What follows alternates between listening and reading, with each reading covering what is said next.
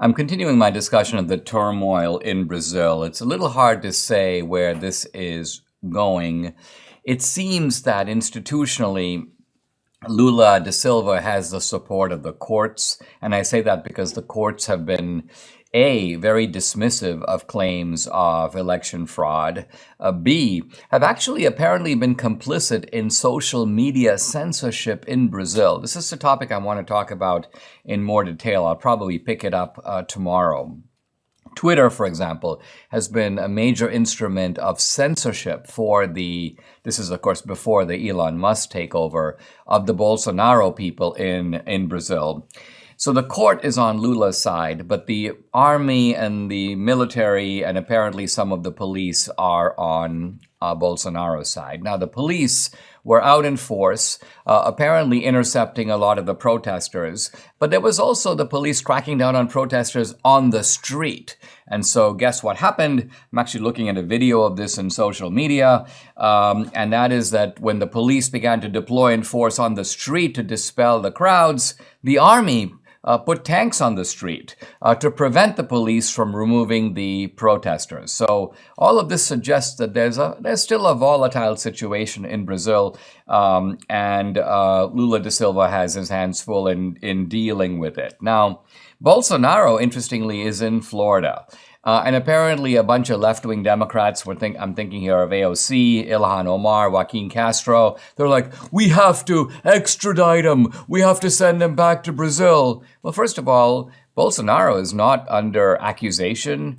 He didn't call for these protests. In fact, as far as I can tell, he has been relatively quiet and, in a sense, accepting of the election outcome. I say that because what does Bolsonaro do? He basically packs up and goes to Florida. I also saw somewhere that he is having some health issues and he might even be under health care or even in a hospital in Florida. Nevertheless, these claims for extradition seem to me absurd. There are no criminal charges or charges of any kind, as far as I know, against Bolsonaro.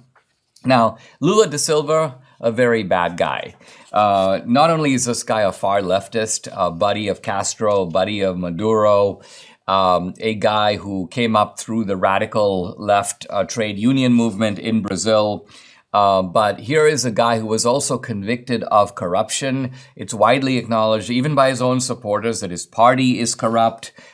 Payment of bribes in exchange for government contracts. Lula da Silva served 580 days in prison when essentially the Supreme Court vacated his conviction by saying that the judge who ordered his incarceration was biased against him. Now, what's interesting about this is that the Supreme Court didn't say that Lula was not corrupt. It didn't exonerate him of the charges of corruption. They just said that because of the procedural bias of one of the judges, Lula should be set free. So this is all part of, I think, a troubling movement in Latin America to the left. We are seeing it in other Latin American countries now.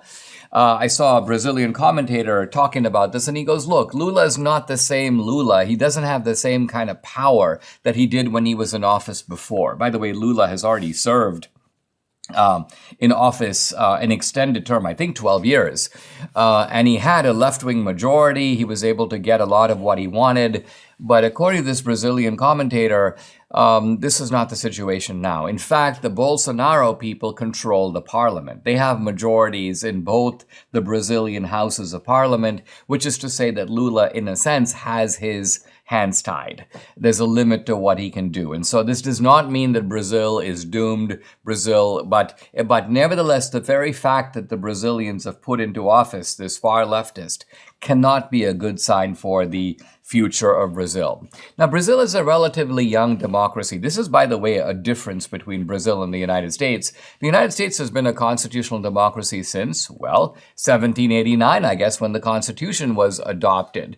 Brazil has been a democracy since the late 1980s or the mid-1980s. So it's a relatively young democracy. And frankly, there are a lot of people in Brazil who aren't even sure that democracy is the best form of government.